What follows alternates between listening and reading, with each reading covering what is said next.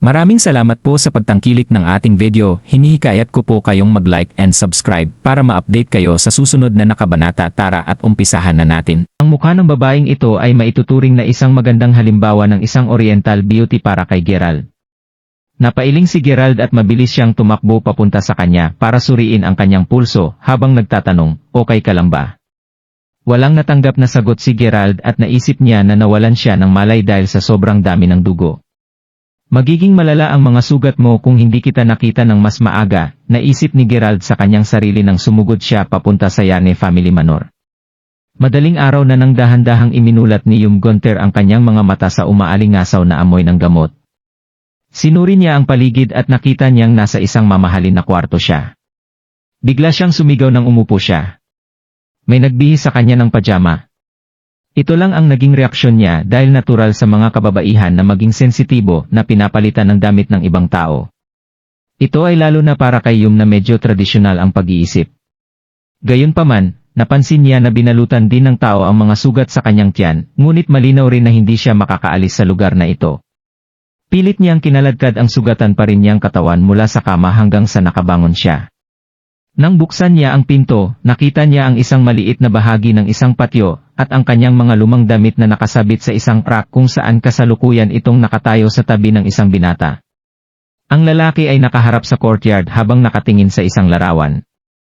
Narinig ni Gerald ang pagbukas ng pinto at humigop siya sa kanyang tsaa bago niya ibinaba ang larawan at tumalikod para sabihin, "Sa wakas, gising ka na. Ikaw ba ang nagsuot sa akin ng mga pajama na ito?" Tanong ni Yumi habang nakatitig kay Gerald habang kinakagat ang kanyang matingkad at pulang labi. Tumango sa kanya si Gerald. "Ikaw? Sinong nagbigay ng karapatan sa'yo na hawakan ako?" sigaw ni Yumi habang tinititigan siya ng masama. "Mamatay ka kung hindi kita inasikaso. Patay ka na siguro kung hindi mo ako nakasalubong," sagot ni Gerald. "Paano naman yung underwear ko? Mas gugustuhin mo bang manatili sa mga damit na puno ng dugo? Hindi ko kayang gamutin ang mga sugat mo, suot ang damit mo. Go ka." Sigaw ng babae nang binato niya sa kanya ang isang base. Hinawakan ito ni Gerald gamit ang kanyang libreng kamay at pagkatapos ay bumuntong hininga siya bago siya sumagot, "Ginagawa ko lang ang tsa na ito. Pwede ka bang huminahon ng saglit?" Ang babaeng ito ay kaakit-akit maaring at masasabi na kasing ganda niya si Lyra, ngunit madali siyang magalit. Sa sandaling iyon, ang pinto na nasa gilid ni Gerald ay bumukas at may ilang maid na pumasok.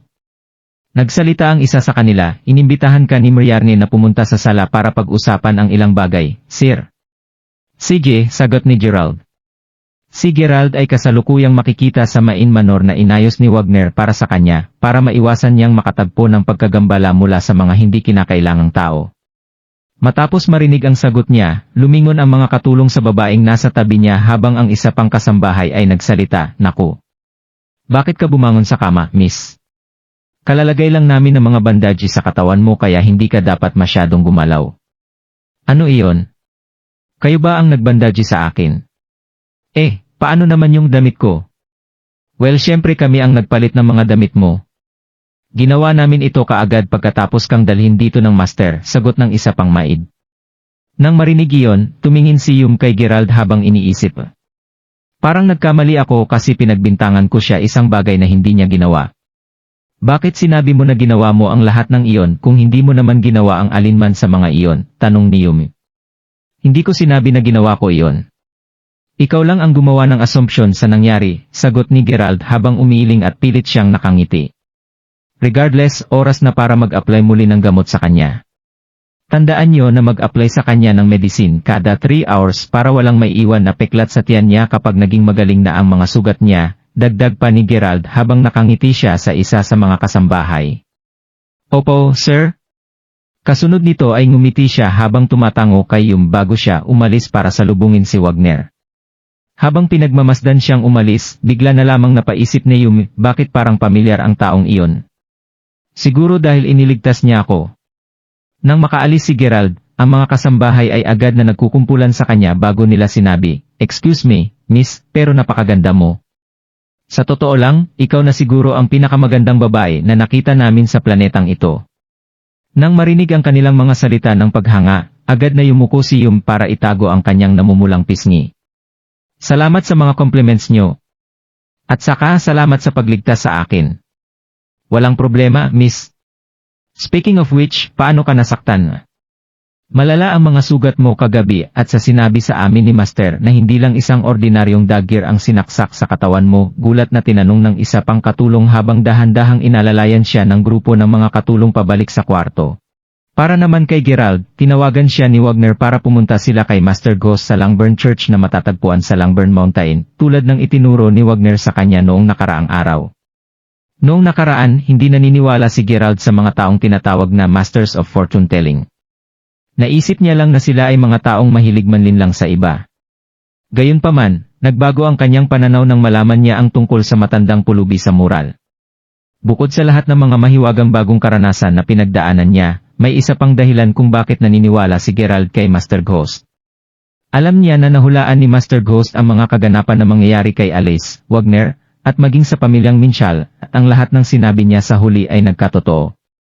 Si Master Ghost ang nakahula na magkikita sina Wagner at Gerald, kaya alam ni Gerald na may pagkakataon na malalaman niya ang tungkol kay Mila, ang lokasyon kung saan makikita ang kanyang tito kapag nahanap niya si Master Ghost. Dahil doon, umaasa si Gerald na makita ang master na ito.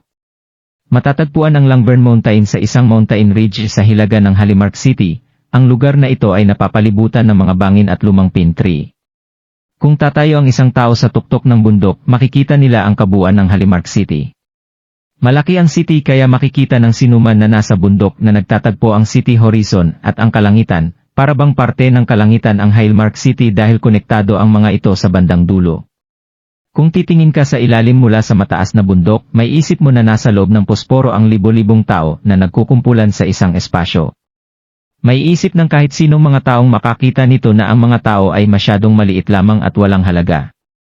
Karaniwang makikita ng isang tao ang maraming tao sa paanan ng burol. Kilala ang lugar na iyon dahil may ilang mga tao ang pumunta sa Langburn Mountain upang manalangin at marami pang iba ang pumunta doon para bisitahin si Master Ghost sa pag-asang malaman nila ang kanilang mga kapalaran sa kanyang mga hula. Ang Langburn Church ay mukhang isang lumang gusali mula sa malayo at may isip ng sinuman na hindi ito masyadong spacious. Karaniwan na ginagawang luxurious at refurbished ang mga makalumang mga simbahan kapag napaglipasan na ito ng panahon, ngunit makikita pa rin ang grayish-white na pader at ang reddish-brown bricks na bumabalot sa buong Langburn Church tulad ng original nitong design. Napanatili pa rin ang maliwanag at ang malalim na kahulugan ng Langburn Mountain kahit na maraming mga tao ang bumibisita dito, kaya ginagawa itong isang bukod-tanging lugar. Nakarating na sila Gerald at Wagner sa paanan ng bundok. Ang daanan mula paanan hanggang sa pinakatuktok ng bundok ay punong-puno ng mga tao. Tumingin siya si Gerald sa paligid at biglang nanlamig ang kanyang katawan. Hindi siya sigurado kung nag-iimagine lang niya ang mga bagay-bagay, pero nakita niyang nakatayo sa harapan niya na medyo may kalayuan ang isang babaeng napakaganda. Kahit papaano ay maganda ang kanyang lukiran base sa nakikita ni Gerald. Habang pinapanood siya ng mga kasambahay ng babae na papasok sa kanyang sasakyan, hindi makita ni Gerald ang kaunting bahagi ng kanyang mukha dahil may isa sa mga kasambahay na may hawak na parasol ang humarang sa kanyang paningin habang papasok ang babae sa sasakyan. Nanlaki ang mga mata ni Gerald habang lumulunok at nakatitig lang siya habang pinagmamasdan ang sasakyang paalis. Kamukhang kamukha niya. Kung hindi lang sa katotohanan na nawawala ang kanyang girlfriend, madaling maiisip ni Gerald na ang babaeng nakita niya ay si Mila. Ang likod ng leg ng babaeng iyon ay hindi kapanipaniwalang katulad ng leg ng kanyang girlfriend. Halos gumuho ang matinong pag-iisip ni Gerald nang maisip niya na baka si Mila nga ang babaeng iyon. Gayunpaman, mabilis niyang natipon muli ang kanyang mga iniisip at naisip niya na medyo kakaiba ang sitwasyon na ito. Agad niyang pinaalalahanan ang sarili na nawawala si Mila dahil nahuli siya ng Sun Ligwe, kaya imposible na gumala siya na parang normal na tao dito. Napailing lang si Gerald at naisip niya na ang buong pangyayari ay isang ilusyon lamang. Hindi siya sigurado kung masyadong magulo ang isip niya dahil sa sobrang pagka-miss niya kay Mila. Gayunpaman, hindi napigilan ni Gerald na mapalunok habang pinagmamasdan ang sasakyan na patuloy na umaandar palayo. Napag-isipan niyang habulin ang kotseng iyon para tingnan kung si Mila nga ba iyon o hindi. Kahit na hindi iyon si Mila, kahit papaano ay makakahinga siya ng maluwag dahil alam niyang hindi niya pinalampas ang pagkakataong mahanap siya muli. Sa sandaling iyon, bigla niyang naramdaman na may nanghila ng braso niya at narinig niya ang boses ng babae na sinasabi, "Hoy, Gerald. Ilang beses na kitang tinatawag. Hindi mo ba ako naririnig?" Nagbumalik sa tamang pag-iisip si Gerald, lumingon siya para makita ang may-ari ng boses. Lumalabas na ang babaeng humila sa braso niya ay si Yasmin. Sino ba tinitignan mo? Lumaki ang mga mata mo nang makita mo ang magandang babae na iyon. Hindi ko alam na ganyan ka pala, Gerald, sabi ni Yasmin. Anong kailangan mo? Naiinis na tinanong ni Gerald. Kung tutuusin, ginambala siya ni Yasmin sa kanyang ginagawa. Anong klase ng pananalita yan? Lumapit ako para batiin ka pero ganito ang itatrato mo sa akin, sabi ni Yasmin na parang nagpupumilit siya na ipagpatuloy ang pakikipag-usap kay Gerald.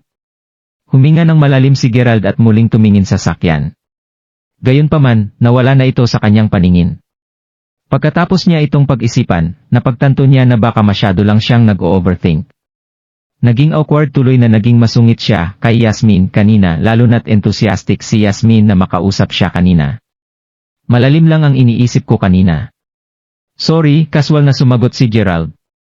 Tinakpan ni Yasmin ang kanyang bibig para tumawa, ayan ang Gerald na kilala ko.